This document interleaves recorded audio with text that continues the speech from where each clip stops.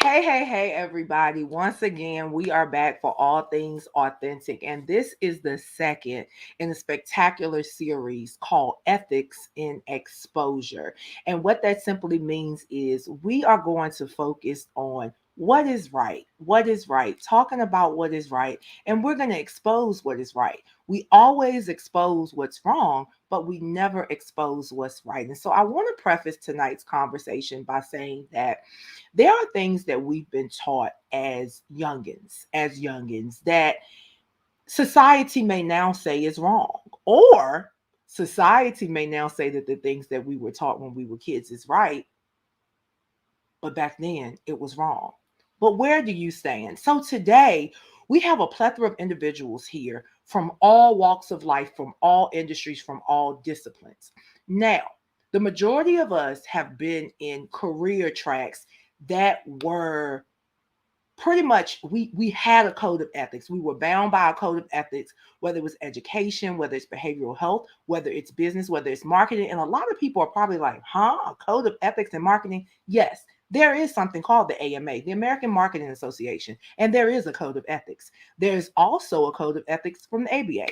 So I think it's important that we understand that whether we operate ethically or not, there are always codes of ethics that we're bound by in our respective disciplines. But it's up to us whether we operate in the manifestation of those things.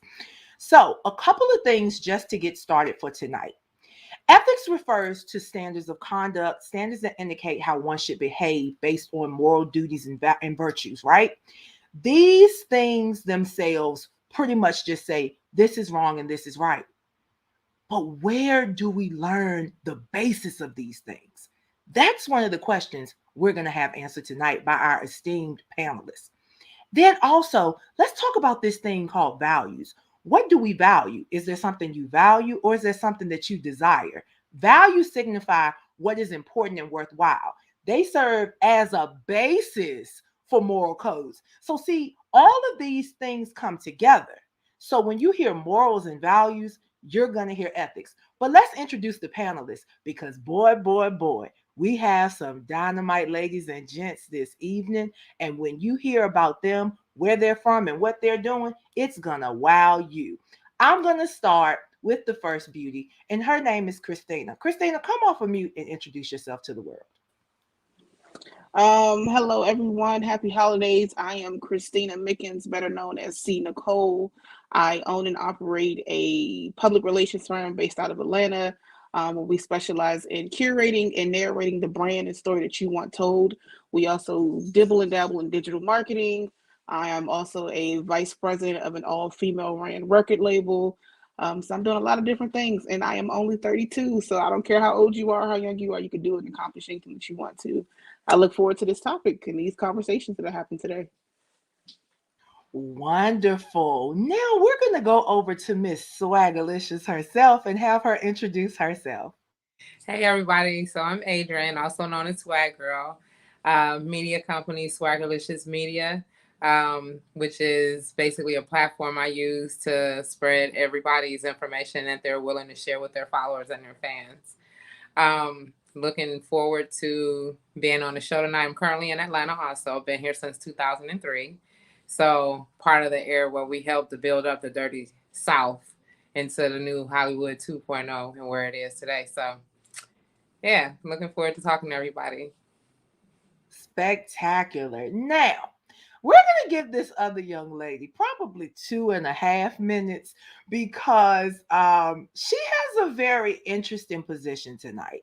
Now, she is here as an industry professional, but she's also here on a different side of the fence because she is also an esteemed spiritual advisor. So I definitely want her to introduce herself in her multitude of capacities. Are we talking about me? No. Hi, I'm Melinda Santiago, CEO of the Santiago firm and S Firm Publishing. I look forward to this conversation. It's very much needed. Uh, I I love having deep conversations about things that really are important, of value, and have impact. I own the Santiago firm where we manage artists like Bobby V, Scarface, work with pretty much every R&B artist out here. Shane, I used to manage Alexis Branch, so that's what we have in common. So it's a pleasure to be here. Uh, Spiritually, is again a necessity. We need to have more conversations like this. I think a lot of people are hurting. I think a lot of people are confused. I think a lot of people are searching, and we're in an era right now that it's this comfort and love is needed to be spread. So I am here. I'm honored to speak with everyone this evening. So I look forward to this. Okie dokie. Now, I think he's going to be the youngest out of the bunch. Sane, please introduce yourself.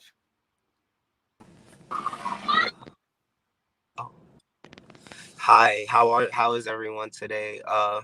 Or tonight, I should say, depending on where you are. My name is Sane. That's my artist name, Superlative Sane. My real name is Matthew. I started my own media company, M. Monroe Media, where I hired a bunch of my friends who are also creatives, uh, whether it's photography or graphic design or videography or editing. Um, we all do a bunch of creative things. So I created my own media company, but also I work as the media for the More Moves tour with More Bookings agency with Scott Morris. Um, and I've been making music for about 11 years out of my life, going on 12. Uh, I think that's it. All righty.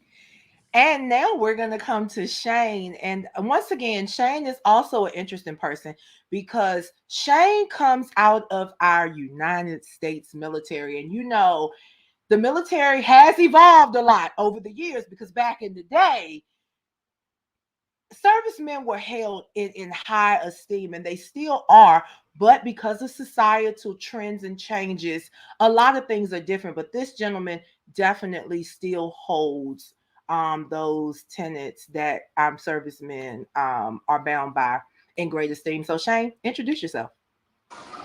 Hey, how everybody doing, man?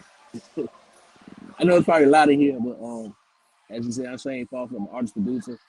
I got my one half of D&D Music. That's our own production and marketing company, based out of Atlanta and LA. I'm currently out of town right now. I'm in North Carolina right now. But our 8-time Billboard charting, hopefully 9-time on Tuesday. Working a lot of big records, working a lot of big artists on the hip hop, gospel, Latin, world, and blues side. So all genres pretty much.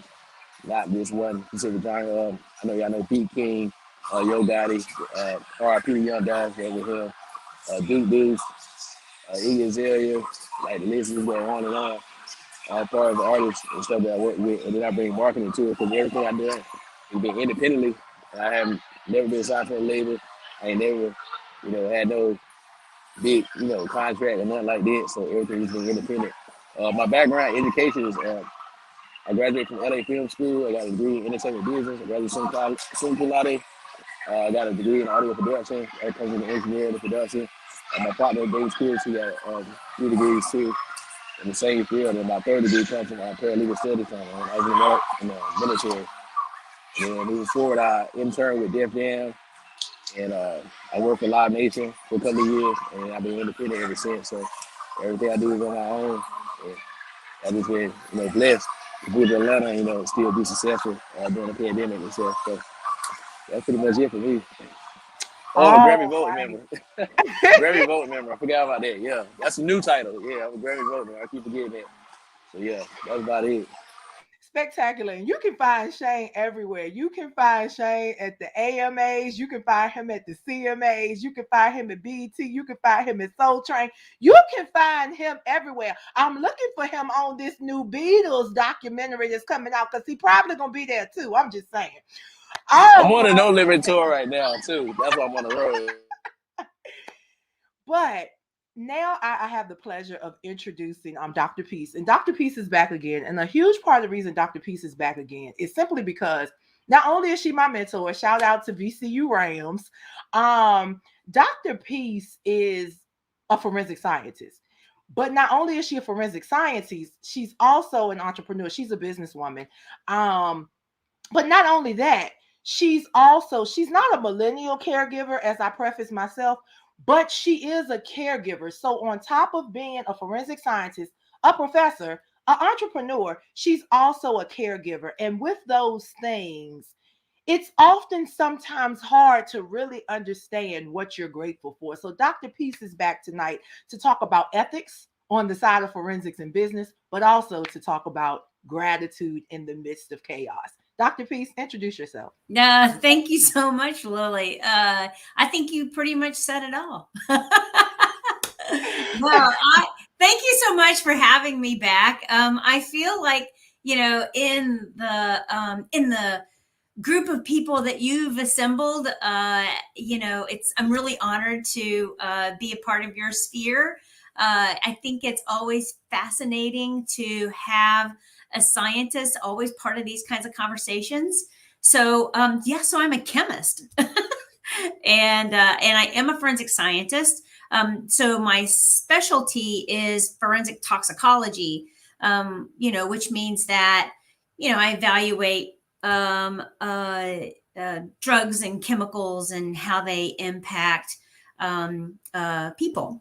So one of my recent passion projects really has been about how do I become a better resource, because I sit on data with regards to what are people using and abusing in terms of substance use.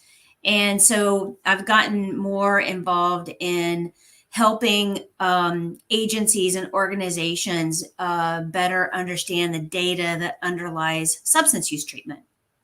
So I am the CEO and co-founder of a quality assurance laboratory. And I know this sounds like it might be antithetical to what my role is as a forensic toxicologist, but I'm the CEO of a quality assurance lab for the cannabis and hemp industries. And so one of the reasons why I started the lab was because I am passionate about consumer safety. So, so I'm thrilled about that. And yes, I definitely am a caregiver as well. And I'm very passionate about mentoring. I've got a large research team and a lot of students. And I literally mentor scientists around the world. So I'm just thrilled to be a part of the conversation and hope that I can add in advancing really what we need in terms of love and truth telling and kindness, and all the perspectives that it takes to really advocate in all of those arenas. Absolutely. And so, guys, as you can see, we're not one sided here. There are individuals here from everywhere, from every industry. A lot of us have diverse backgrounds because we've touched so many different things, and we're fabulously youthful as well. And so I'm going to start with the guys. We're gonna pick on the guys, ladies, because the guys say that we complain all the time and we not grateful for nothing. So let's start with the guys and let's jump in. The question, guys, first is, where did you first learn your code of ethics? And also, what are you grateful for? So you're going to have to answer both questions. Where did you first learn your code of ethics? And also, tell us a couple of things that you're grateful for.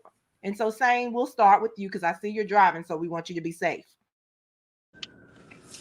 Thank you. Sorry, I've been going in and out. I'm trying to make sure I don't get lost with the GPS. Um,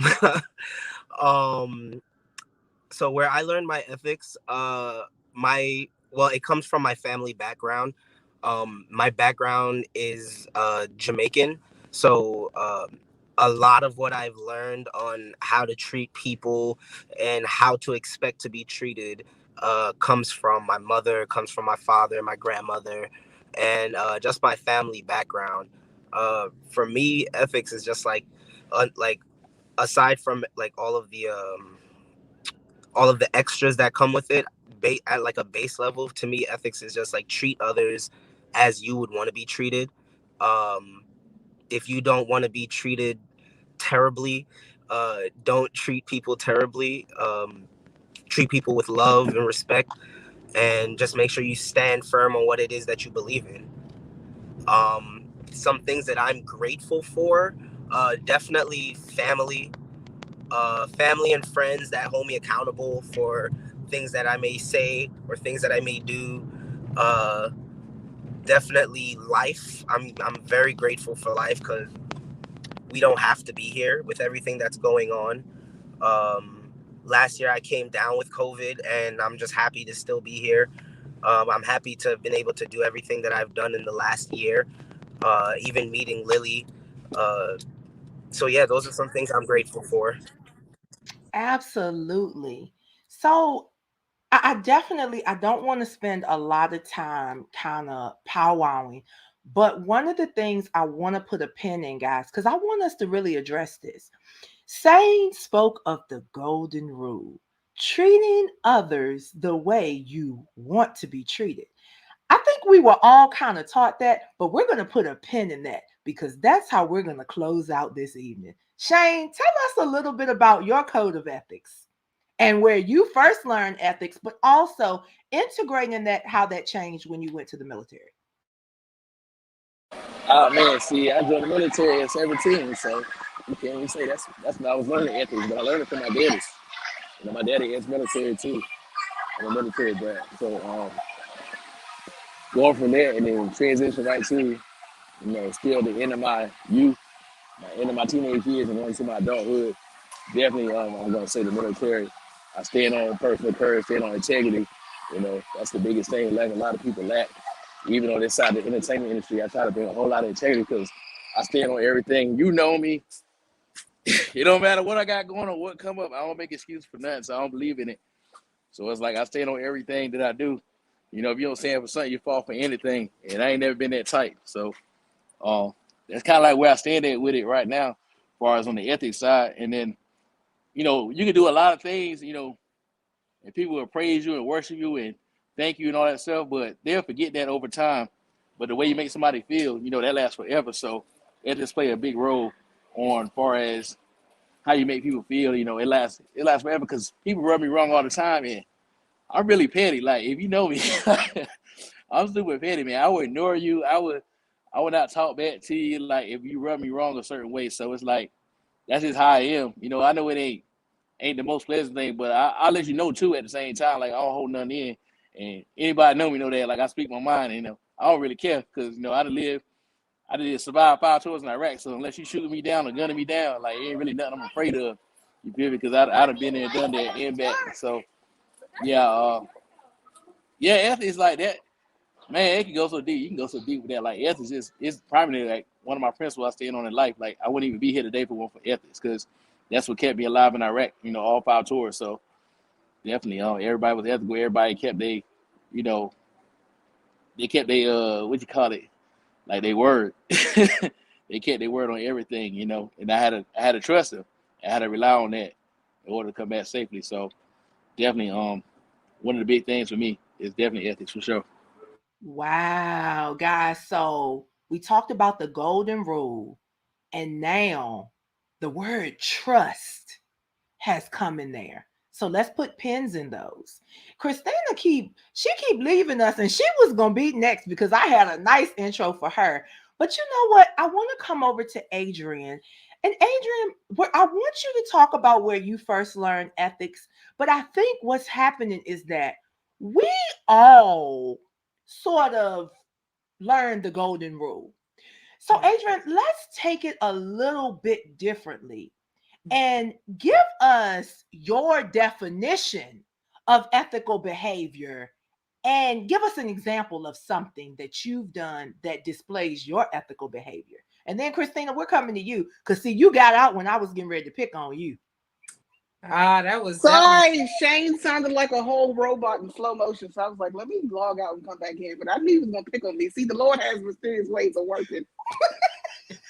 and it was a setup. I figured it was. I feel like it was ready for the other my one. spirit told me it was a setup. So my phone started acting real special. That's okay. You owe me one. You owe me one already. I got you. I got you. Okay. And then after Shane's intro, I feel like I need to redo mine. I mean, good grief. I know everything except his date of birth and social security number. So, My ethics. birthday on Tuesday. Okay, gotcha. I'll say about ethics. Ethics is a word that is has an affinity lifetime to it, right? But the meaning of it can change every time depending on the generation in which you're living within that word. So ethic is created and based off the lifestyles in which we all have lived and how we had to learn our life lessons. And the moral of it is, the reason for this conversation is we're going to share our experiences and what we have learned, because we feel like the things that we have learned within our growth of ourselves can be beneficial like a seed to somebody else. So we're going to be here to speak, but also to plant a seed and to educate per our experiences so that we can give other people and generations an option and a path that they choose to go down. Because right now we're looking at a lot of lost souls, and people are very confused. They don't know what to do. They don't know who to follow. They don't know the difference between yes and no, high or lows. They don't know what frequency energy really means. They don't have the discernment. So we're here to kind of have this conversation about our experiences and why we're able to, correlate, network with each other to share it. And hopefully we can help somebody. Or if not, I can get help. Wow. And you really just honed in on the words of one of my favorite songs. If I can help somebody as I pass along, then my living shall not be in vain. And that's what all things authentic is all about. It's Absolutely. about me being able to take my very traditional background growing up in a very traditionalist home and then exist in a world where everything that I was taught was right is now somehow wrong, and everything that I was taught was wrong is now somehow right. And just being able to accept it, but not be subjected to acting in it. And so thank you so much. You know what I'll say about the right or wrong? I really don't think that in life lessons there's a thing of right or wrong. I think it's just a difference. So right now it's like when I make a decision based off of what's happening today, I have the information and education of how and the decisions that my grandmother made or my mother made, but I live in a different time from them. But I can kind of correlate the way that they made their decisions based on the options that I have today, right? So I don't think it's a right or wrong. And that's why I think it's great about the panel is everybody had different life experiences. So they had different options. And so we're going to learn about the path they chose to take. You know what I mean? So, and see what the benefits of it was for them. And hopefully somebody else can benefit from that. So I don't think it's a right or wrong. It's just like we said, that word is timeless. It's limitless. It's just, in this era, these are the decisions we're having to make ethical decisions off of. No one was making ethical decisions off of being vaccinated or not vaccinated because of coronavirus. That's our generation. It wasn't our mothers or our grandmothers, right? So theirs was something else. So ours is this. So now we're going to just share our stories, and we all taking beautiful. This works because ethics is systematic, it's rational, and it allows you to determine the best course of action in the face of conflicting choices. This is how you know you chose the right panel of people, because what she said went right into the caption for the moment. So I'm excited. So we're going to go to see Nicole, then we're going to go to Melinda, then we're going to come to Dr. Peace. But let me say this about Christina. So I met Christina a couple of different ways. Initially, I met Christina on Clubhouse. But then I met Christina in person. And I will say this, y'all know I don't mind because I'm not here to be liked, but you will respect me. I met Christina through some other people and through their words and through their presentations. And what I found is that often when we meet people through other people's words and presentations, we're generally meeting people that were not able to infiltrate a particular system. And so they have an issue. And what I learned was that Christina really stood on some hardcore resilience And she also, and she probably, look, she's trying to turn her camera off. She probably gonna have some tears, but it's all good because I do mean to give people their flowers while they live and while she's here publicly.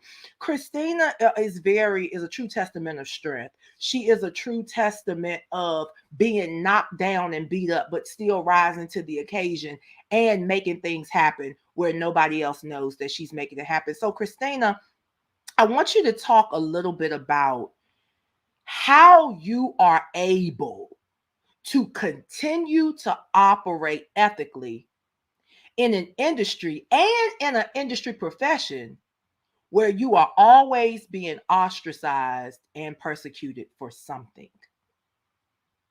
Okay, say that last part again because my AirPods went in and out. So I heard Okay. ostracized and then it disappeared. Tell us a little bit about how you are still able to work and practice ethical behaviors in an industry and an industry profession where you are constantly persecuted and ostracized. Well, lots of liquor. No, I'm playing. I'm playing. I'm playing, but I'm serious. Open She bars right. to everything. Um, for me, really, it's prayer. It's my foundation. It's my code of ethics. How I was raised, how I was brought up. My mother and my grandmother. Everybody says they had a praying grandmother. Well, I had a praying, drinking, cussing, swearing grandmother. There's a difference because she did both. She could pray you down, and then she can also cuss you down. There's a difference in how that code of ethics works. So she gave me street smarts as well as book smart, which was able to help me carry that on into college and into life. Um, I have found being authentically myself has been able to allow me to break down doors. I tell people all the time, if there's not space at the table, I will pull up a yard chair and sit at the end and make my own space. And in this industry, it's so hard to be yourself because everyone wants to be somebody else. So I find it real easy to be me because nobody wants to be me. They want to be everybody else. So when I walk into a room, I stand out because I'm not everybody else. So with that, in this industry, I don't take no. My motto is no, it's not no, it's on, which is on a way to find a yes. I flip no around. Um, that's just how I operate and how I move. My circle is very small. I don't allow too many people in. I always say if you look around somebody and every 6 months they have a new set of friends, it's not them. It's not you, it's them. So I choose not to surround myself around those type of people. I surround myself around like-minded people that believe in prayer and being able to elevate and seeing everybody at the table eat. One of my clients who is now family, International Nova, we say it all the time. When he make it, we all make it. When one eats steak, we all eat steak. Or if one eating spam, we all eat spam. So we have that mentality that we help each other go to the next level. And we don't see. I tell people, I'm not your competition. I'm your colleague. So I don't care what you do. If we're doing the same exact thing, I promise you, you're not me and I'm not you. So I don't feel the need to compete or compare. Let's work together and collaborate and see how we can continue to expand and make this industry bigger and better than what it is. Wow. Wow. Guys, if you're just checking in, this Hey. is all things authentic. Christina just talked about, and she's a publicist, and I really want you to understand. First of all, stop calling them PRs. Say it again. PR, Say it it is again for the the people in the back. actual discipline. It is the actual study. It's public relations. They are publicists. They provide public relations services. Lord. Okay, I had to say that for you. I just had to do that for you. I'd be grateful for y'all to stop calling them PRs. But really, really and truly, from Sane to Shane to Adrian and now to Christina, everybody pretty much talked about existing in some form of truth. I'll go back to Adrian, who said that there really is no right or wrong way. We have to kind of adjust and adapt to the times. However, I think we all have standards by which we have learned how to treat people, and that is by the way we want to be treated.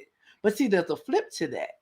Because if you're always mistreating yourself, how are you going to know how to treat other people? You're not. You're going to mistreat them. And that's something that I've had to learn, even in relationships and friendships. Because, see, you can be friends with someone for 15 and 20 years, and you one day wake up and realize, wait a minute.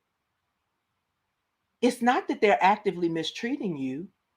but they mistreat themselves every day, and you dismiss them mistreating themselves, and you thought they were going to treat you different because you're oh so special. But it's not that. It's not about you. It's about the mistreatment of themselves that they never ever resolve. Melinda, now for you.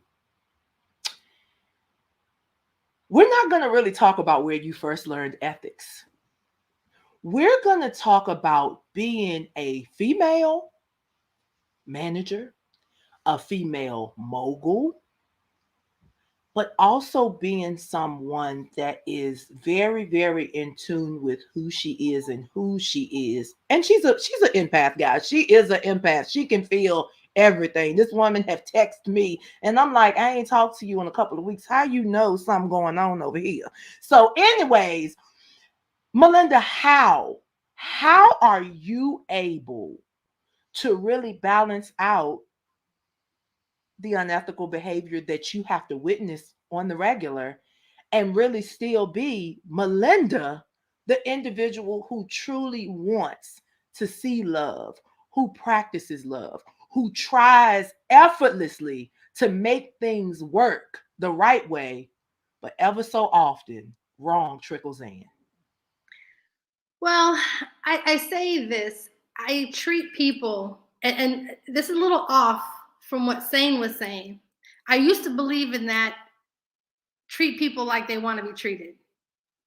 And as I dove deeper into spirituality and in tune of things, I found that you have to treat people how they want to be treated. And there's a spin to that, because we're all different entities, we're all different blueprints, we all have different needs, we all have different wants. So my want can't be what you want, but we have to find the balance into what we want. So, and it took years, and I study people, I observe, I listen a lot, and then I come with plans and I come with solutions. And I found that with people and humanistic behavior, if Shane doesn't like to be touched, if he's not a touchy person, and say Adrian is a touchy person, those things can either make or break a relationship immediately, because Shane doesn't want to touch Adrian. Adrian's like, well, how come you're not receiving me? I'm a good person. And all of a sudden conflict shows up without anything ever being discussed. So in the mindset, when we say treat people how you want to be treated, yes, for the respect factor, but if you deep dive in there, you realize I have to treat you like you want to be treated. If Adrian's hey, let's drink and let's get it on, or if C. Nicole is, hey, let's do this, I have to meet people where they're at. I can't meet them where I have to meet them where they're at to be the most productive and to be the most impactful. So ethics, to me, it's instilled. Ethics is instilled, because you can't teach people ethics. You can't teach them. It's instilled, and then you observe from those who you call mentors and those who love and those who you honor and respect. So I think it's in there. And if you're watching a situation, it doesn't mean you don't have them. It just that person or whomever you looked up to didn't bring it out of you. And those are the tougher roads that we have to go by sometimes, because we don't have that mentor. We don't have that person to look up. So we get lost in that transition. So for me, again, ethics is purity, it's integrity, it's honesty, but most importantly, and the overall thing that everything underlies and besides love is respect. If you respect me, you can't hurt me. If you respect me, you can't lie to me. If you respect me, you don't want to deceive me. You don't want to hurt me. You don't want to be envious of me. If you respect me, if those things are happening, then there's an ounce of disrespect somewhere, and you got to tap in there and you got to find out, dig deep and say, okay, let's fix whatever that disrespect is, because if you respected me, you wouldn't have been able to do what you did to me. So when I operate with people, because I operate with authenticity, I make them comfortable to speak their truth because there's no judgment. and I teach them how to deal with me. Therefore, I get the best that I need from people. Or I move on, and that just know that that moment, that's not the person for me, because it has to be a win-win or no deal. So that's how I operate in everyday life. I teach them the ethic with me, so I get what I get from them because I bring it out of them. Okay, you know what? Can I get a can I get an amen? Can I get a shalom? Can I get a everything? Amen. Every Shalom. kind of said so, Pastor, that I can give, I'm gonna give. And I love it. I love it. And guys, Melinda really, it's always interesting when we're on a public forum and we're like, see, it's one thing to talk to somebody on the phone personally. Hi, baby, how are you? Oh, oh man, oh, let her say hi. I was gonna say, let her say hi to everybody. She can say hi. It's just interesting when you get to talk to people. Say Yeah, you can say. hi. They can hear you. Say hi. We are great. Thank you for joining us. Oh, She on my ass right now. oh yeah. All right. Look, be a dad. That you're a dad first before everything else. And that's Always, beautiful. always. That's I tell everybody. But it's so interesting, like I said, to be able to, and I talk to each of these young ladies and gentlemen individually, right? So when you speak to somebody individually, when there are no cameras, and they saying the same thing that they say in front of the camera, that's when you know it's real. You know, my parents always told me, when you tell the truth, you can tell the same story forward and backward, and you won't forget the elements thereof because it's the truth. But when you lie, you gotta remember. Then you get stressed out, and it goes back to what Christina said. Everybody wants to be somebody else, and they can't remember the facades. So today I say, I'm grateful for me. Amen. I'm grateful for you, because without you, I wouldn't understand different components of me, because each of you, whether you know it or not, holds something that I hold. We all have some type of one another's personality. And that's what I love about this group of people, because in my interactions with you, I was like, okay, this person was sent to teach me this because I'm doing too much of this and not enough of that. And I'm okay with that, because there was a time when, I got all the answers. You can't tell me what to do because I know what I'm doing. But as you mature, you are okay with saying, I don't know. Help me, teach me. Dr. Peace. Now, we're going to talk about your profession, and we're going to talk about how you are able to maintain your code of ethics, because you have a couple of different areas, because you've supported the educational side. And guys, one of the things I want to say is that not only does she work on that forensic side, I actually met Dr. Peace working in a very, very, very underprivileged, underrepresented school. And she does a lot of work even outside of her profession. And so with that, when you're dealing with grant programs and stuff like that, there's room to really be unethical. Let's just be real about it. So I say to you, and I'm going to leave it open, how is it that you're able to maintain your code of ethics in your profession, but also in your personal life? Because you also embrace a lot of different things that is really not popular to embrace in your professional capacity. Oh, so much to unpack there. um, I am so encouraged by what everybody else has said. One of the things that I actually think a lot about, particularly because I have to. I'm a role model. I'm a role model to young people whether they're college students or high school students or middle school students. I know that I serve as a role model. And so, but I wasn't always aware of that. Honestly, I grew up in the Appalachia, and right, I'm first generation college student, and so I was, and I was raised in the church. My mom was the church secretary, right? So I think a lot about what the difference is between morals and ethics. So I knew, because of my upbringing, and because I also, right, I grew up in, because of where I grew up, whether that's, you call it the Appalachia or the Midwest,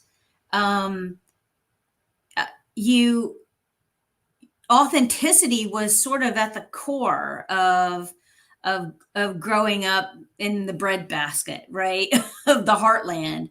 And right, and there's just when I moved here to the East Coast, there were a number of people that I met really early on. There was like, "Are you from the Midwest?" Right, and I didn't really understand that.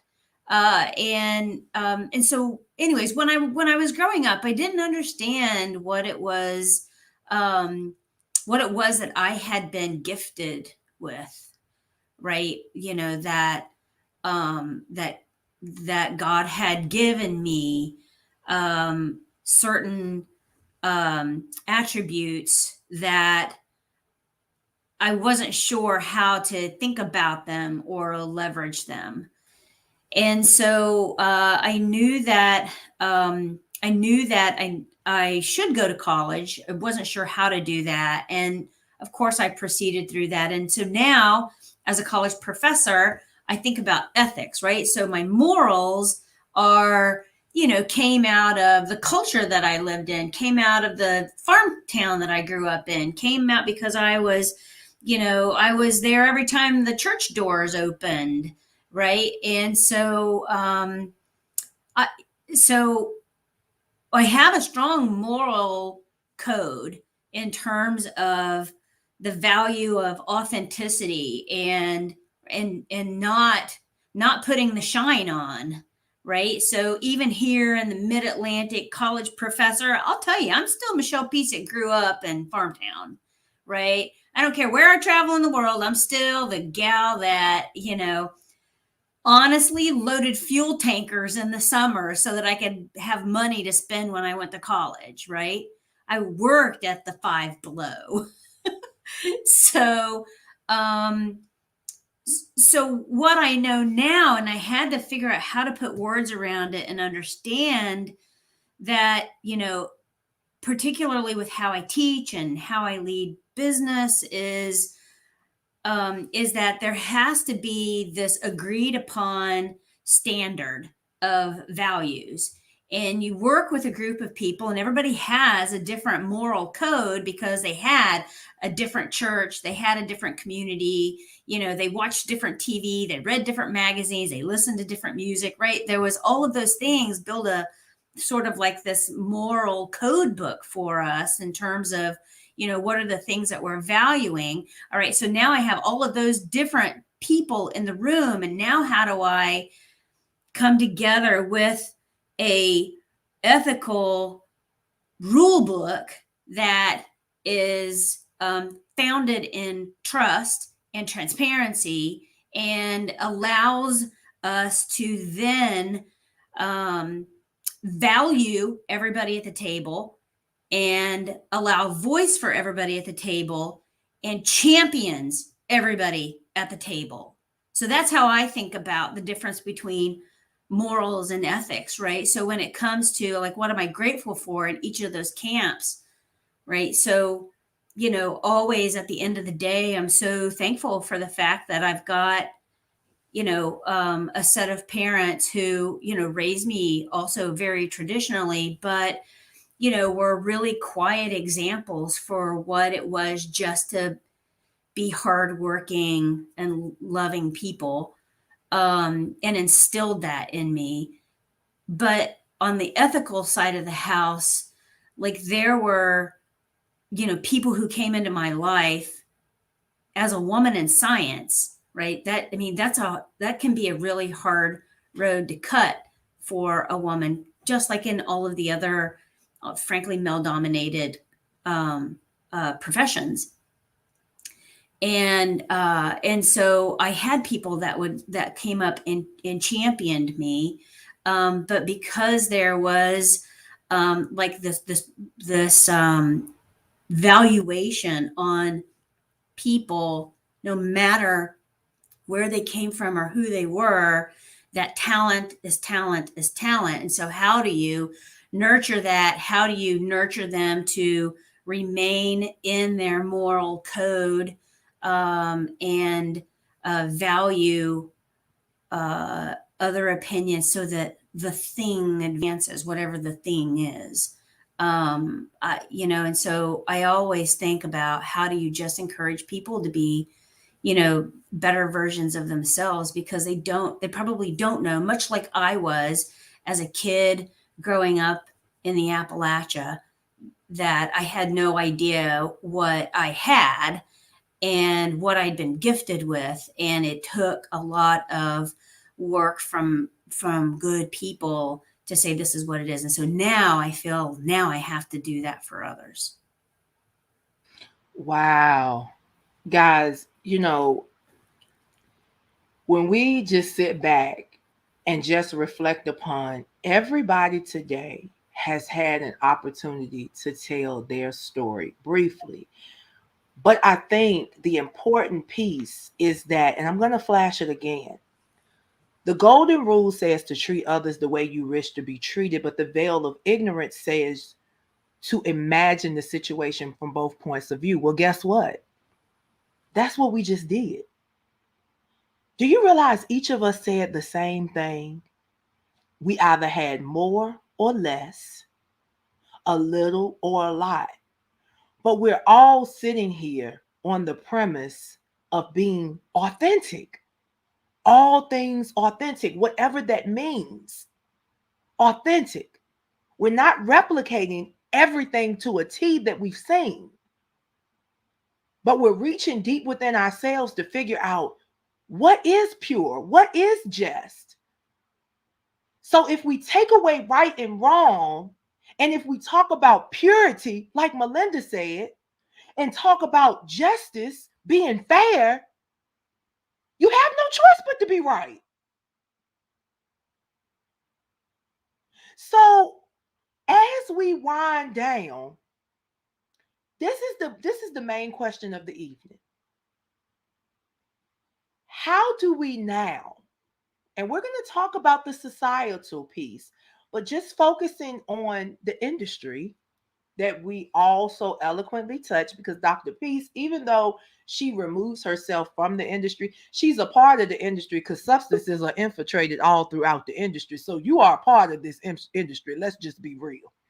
You are a part of it. And you're a big part of the reason that a lot of people probably aren't going to get in so much trouble for the substances that are infiltrated throughout the industry, because you have made a conscious effort to put yourself in a position. And guys, let me help you understand what she has done, because I don't think, see, she said it in technical terms, but I'm going to put it in practical Danville, Virginia country girl terms. Basically, what she did is she put herself in a position, because she knows the bounds that she has. She knows the means that she has. She understands the privilege that she has. Yes, I said the word privilege. She understands the privilege that she had, and she's using that to create a better space for everybody, to create a space in an industry that, of course, so many people of color are embarking upon, but they really don't have a lot of oomph and the legal implications associated therewith. So she's trying to create a space. So, okay, let's make sure that this stuff is right. Let's make sure that the quality, let's make sure that there are internal controls so that everybody is protected on the corporate side and on the personal side. So I just had to throw that out there. She is a true testament to using her privilege to do something that really and truly we can all profit from. Now, let's just be real, because the cannabis industry is booming. Let's just be real. But anyway, okay, let me come back, because y'all know I get right. I get right because I get sick and tired of all this foolishness going on. Everybody want to know, what can I do? What can I do? Ask Dr. Peace what she doing. How about that? But anyway, okay, I'm back. I'm back. But back to the final question of the hour. Guys, and I mean this wholeheartedly. What can we do outside of what we're already doing to truly bring some authenticity and safety to this industry that we're a part of? Because honestly, guys, this industry is not spiritually safe. I'm about to say, I It's got something. not it's not spiritually safe, and it's not physically safe. And it's damn sure not mentally safe. There are so many undiagnosed personality disorders running around here, and I just want to just bill Medicaid and everybody's private insurance and just put everybody in a room and do a whole group session with thousands of people, because there are a lot of undiagnosed personality disorders as a result of unresolved childhood traumas infiltrating this industry. And I'm all for purposing your pain into passion, but you got to deal with those untended wounds first. So, Sane, I know you have to go, so I'm going to start with you. What do you feel like, from your place and your position, what can we do to try to change the level of safety within this industry? I got to my location and my destination safely. There you That's go. first and foremost. Um, well, for me personally, it goes, it kind of goes into what Shane was saying, with integrity. Whatever, like, whatever your core values and your beliefs and your core morals and ethics are, you got to stand firm on that. No matter, because people will offer you all different types of, like, offerings, whether it's monetary or whatever you're into. People will offer you things, and it'll be to really break your integrity. It'll really be to be like, well, what do we have to do to get you into whatever we're doing? And it's kind of scary out there. Really just standing firm in what you believe in. And just, keeping your circle small. I don't remember who said it, but somebody said it earlier. It's like keeping your circle small, keep your core close to you. I very much believe in, like, how my friendship circle is. I treat it kind of like a globe, because I know a lot of people. So I'm very firm on, like, not giving everybody 100% of my energy. I actually had an altercation with somebody when I was on tour, when she actually got upset that I didn't really feel like giving her 100% of my energy because I didn't know her, and her energy rubbed me the wrong way. So I don't give 100% of my energy to everybody, except if it's to my core. I have my core circle of friends who also are the people that I work very close with, whether it's with music, whether it's with photography, videography, graphics. I have those core set of people. Then I have what I like to call I think it's called the mantle, the stuff that surrounds the core or whatever. I think it's called that, but I call those just like, they're my friends, but they don't know everything about me. They're not people who I would trust my entire life with. Um, and then I have what I call the crust. Uh, those are like people who are just acquaintances that I've met in life, and, like, we may not be, like, super close, but it's like, hey, I can talk to you. But just making sure that you have your your people close to you, the people who you trust the most, the people who you work with the most, and never letting them go, wherever you go in life, just bringing them along with you so that you don't have to um, deal with the things that come with your progression, because with progression there's going to be people that's giving you a bunch of different offers, like I said. So just keeping those people close to you and growing with them and standing firm in your belief and your integrity. Saying thank you so much. We are so glad you made it there safety. And I definitely agree with you. And once again, it goes back to what I said earlier. I've learned something from each of you. And that is one thing I learned from multiple of you here, is you cannot give everybody all of you, no matter how much you want to, because everybody, it goes back to that respect piece. You know, everybody doesn't respect you. And when people don't respect you, there's room for abuse and misuse. All righty. So, Miss Adrian, your turn. Well, can you repeat the question, please? Yes, ma'am. Yes. So basically, what we're doing is from where we sit, what can we do to truly increase? And I'm going to say increase because, like I said, this industry is not safe. It's not safe mentally, physically, or spiritually. So, what do you feel you can do from where you sit to kind of create some form of safety within this industry for those that are coming behind us? Right. Well, when we say create a form of safety, I mean, the safety aspect of it is protect yourself. That's enough, right?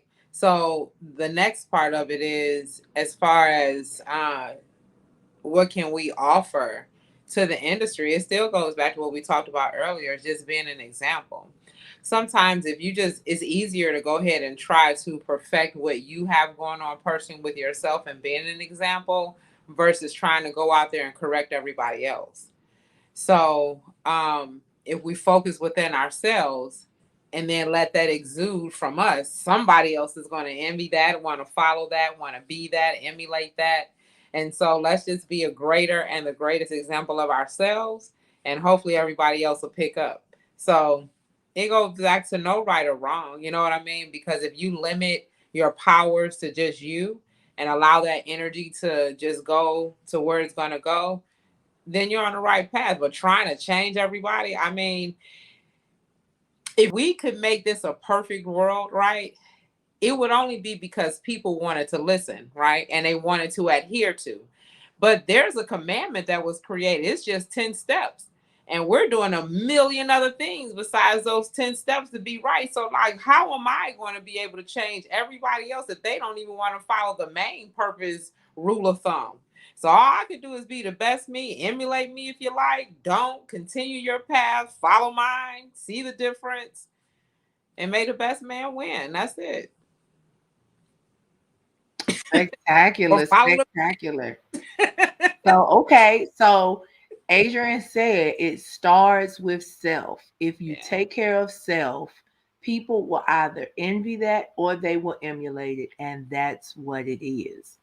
All right, Shane, we know you busy over there because baby girl got you moving. So I'm gonna give you an opportunity so you guys can head out. Baby boy, baby girl, and baby boy. Ain't baby boy. He's 17, but yeah, gotta keep my eyes out.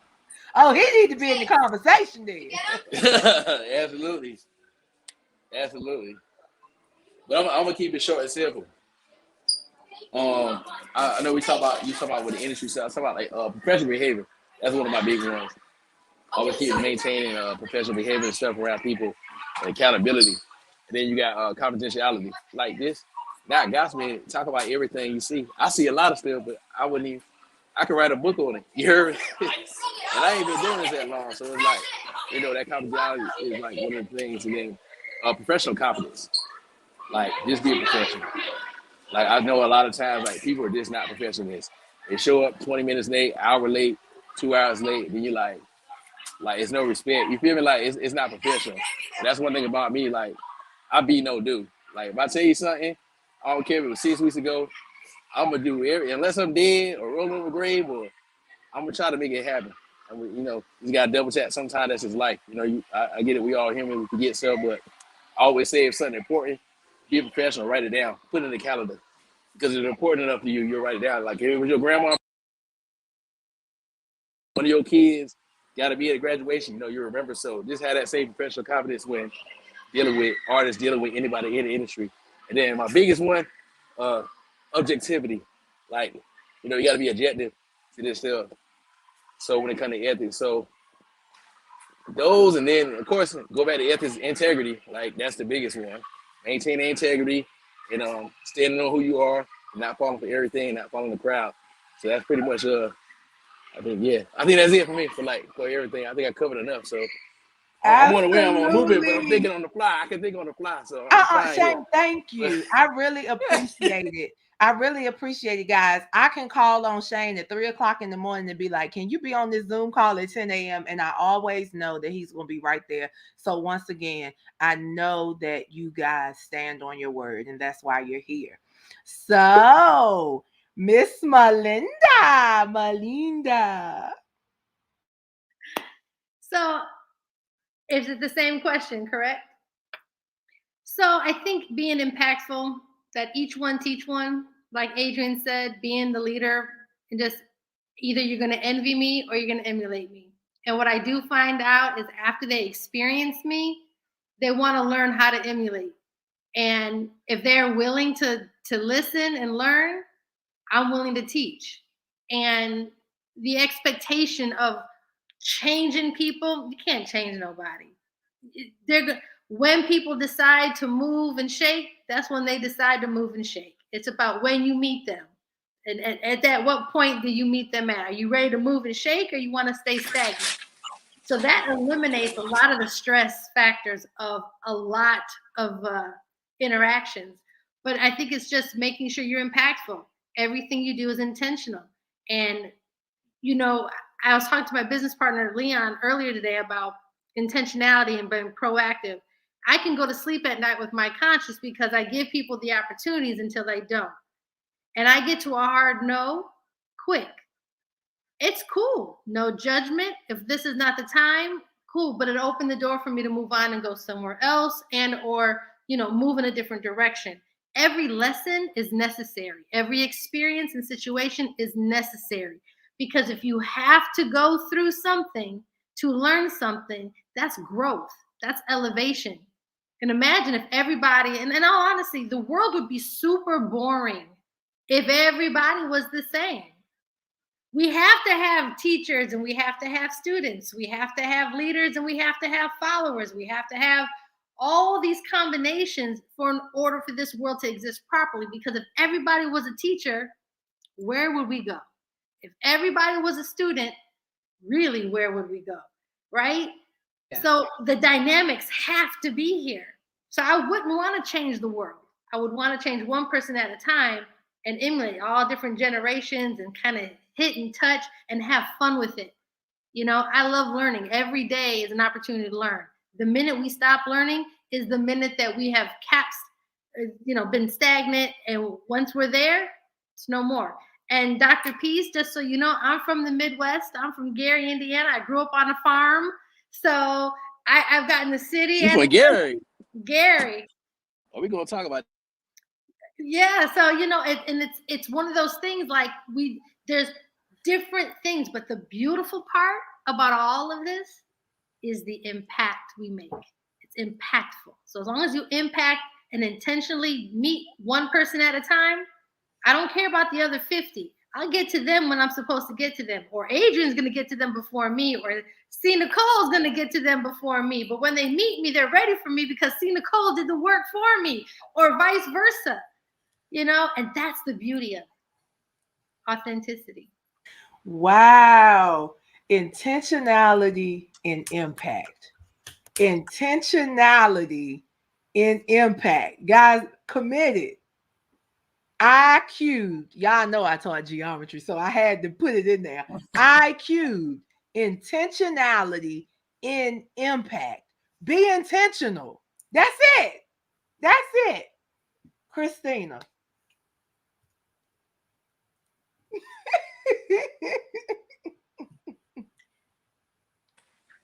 I knew you was coming for me. I said, Lord Jesus, I'm next. I just feel it. I just knew it.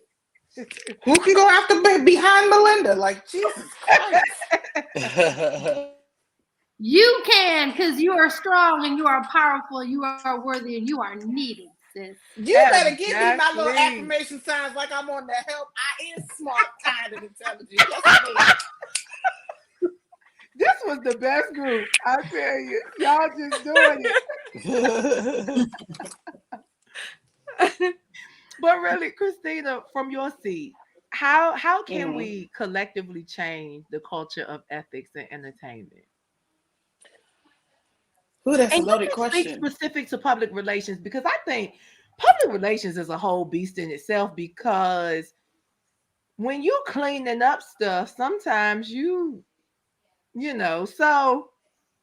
we're gonna leave it like that. Yeah, Crisis PR is a lot. crisis management, crisis PR has been a full giddy up for Q4, which is kind of right now. Normally, we're just like relaxing. We're not you know, doing crisis management, but thanks to the entertainment industry, Q4 has been very eventful and very exciting.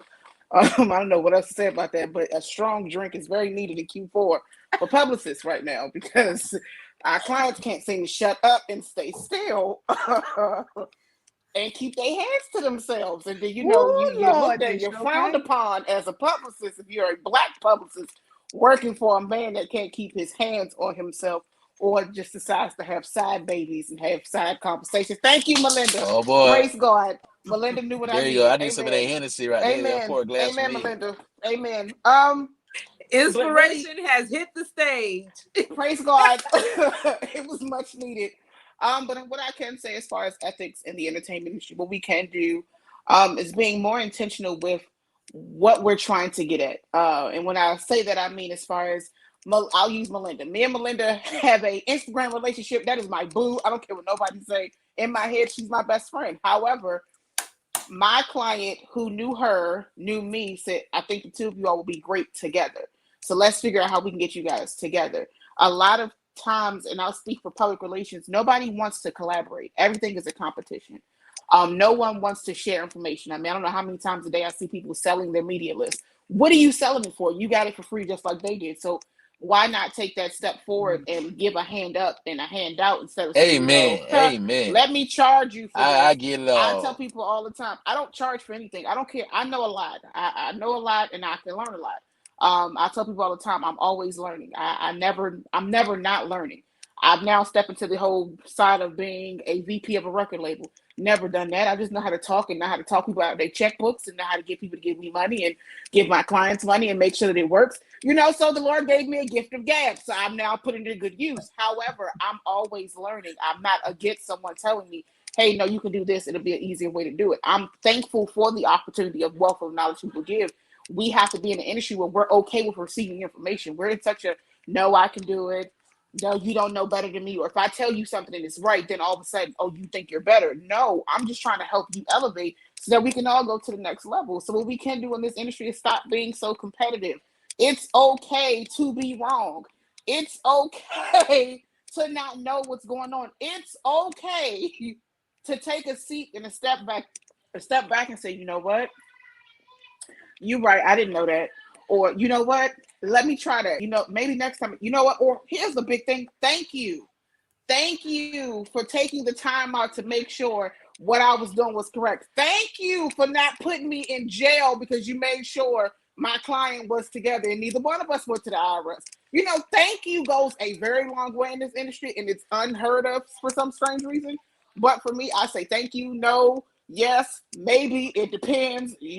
Not this time, maybe next time. And it's okay to have those conversations. But in this industry, we have to be okay with saying thank you and I need help. I'll never forget my pastor said 5 things adults have a hard time saying. I need help. I love you. Thank you. And are you sure you got this? Those are things we're not okay with saying as adults regularly, but we really don't like saying as adults in the entertainment industry.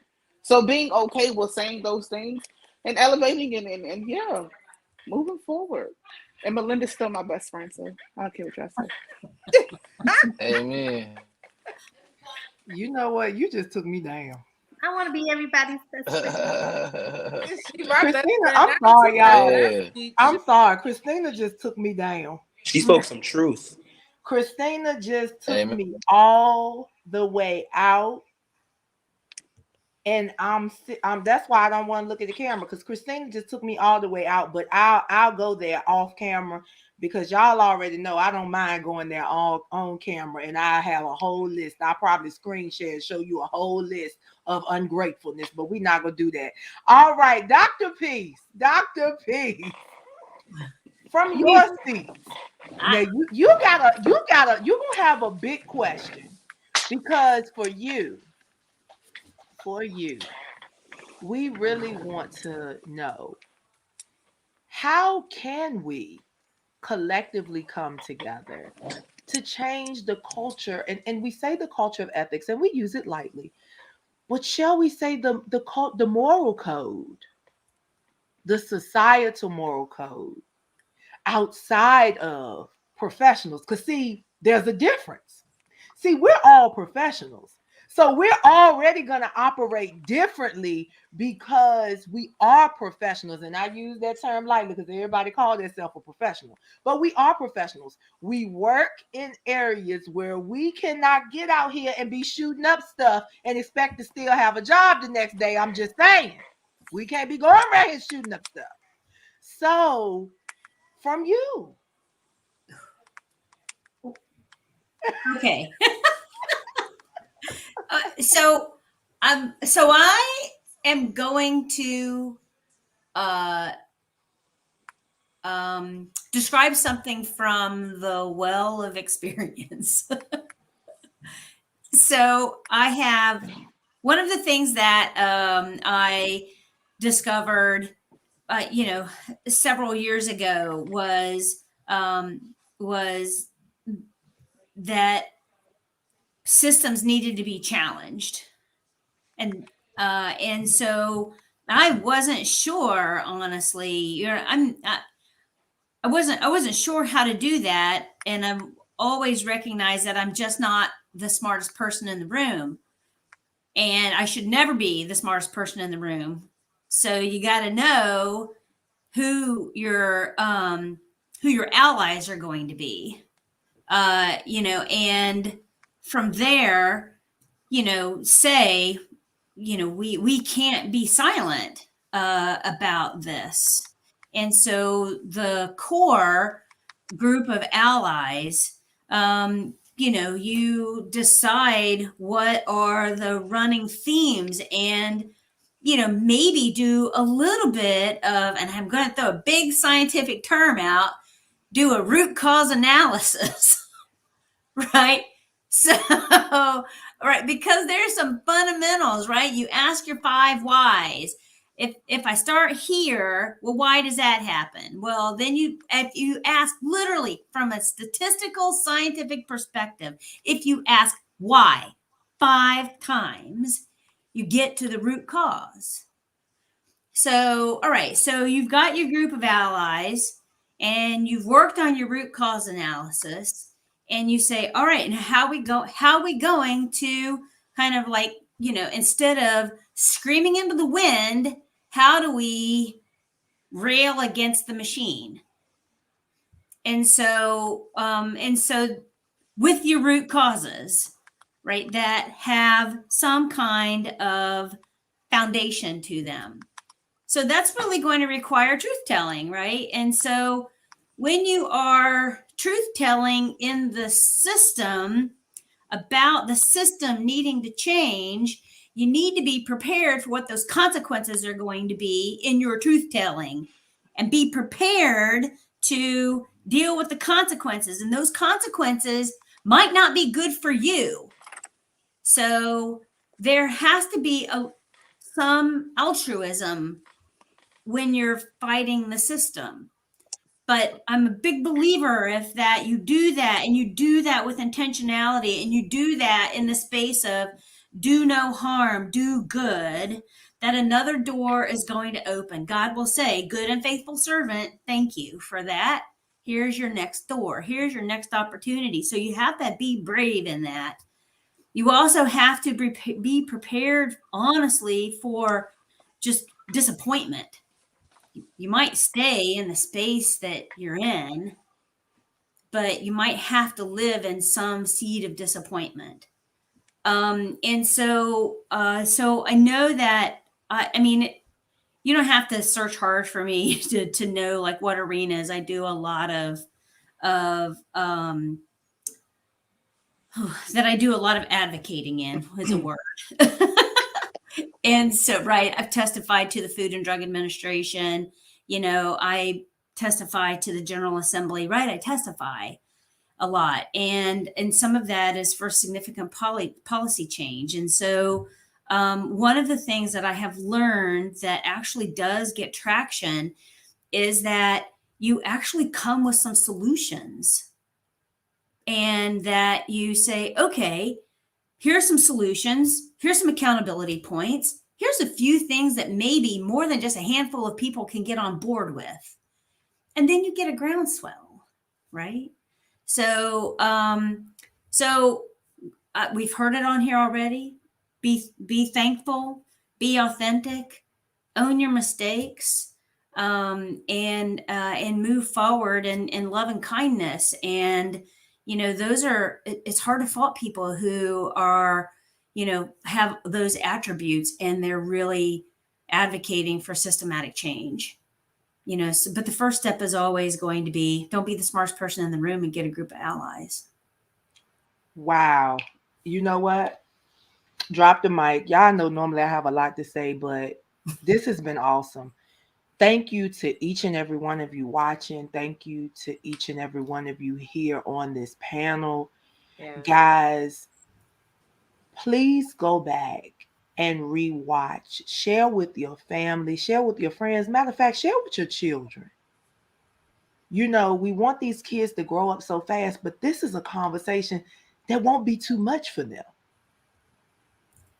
They can understand it because the practical application was there. What am I grateful for? I'm grateful for each and every one of you. I'm grateful to be able to even present this to the world. I'm grateful for my mother and father naming me Lily Mae after my late grandmother, because that name means tenacity, ferociousness, strength, and determination. And I know that if I had any other name, I would not be who I am today. Guys, all things authentic. We're taking it back to the basics. Tonight was about gratitude and ethics, and we are signing out. Have a great holiday. Awesome night,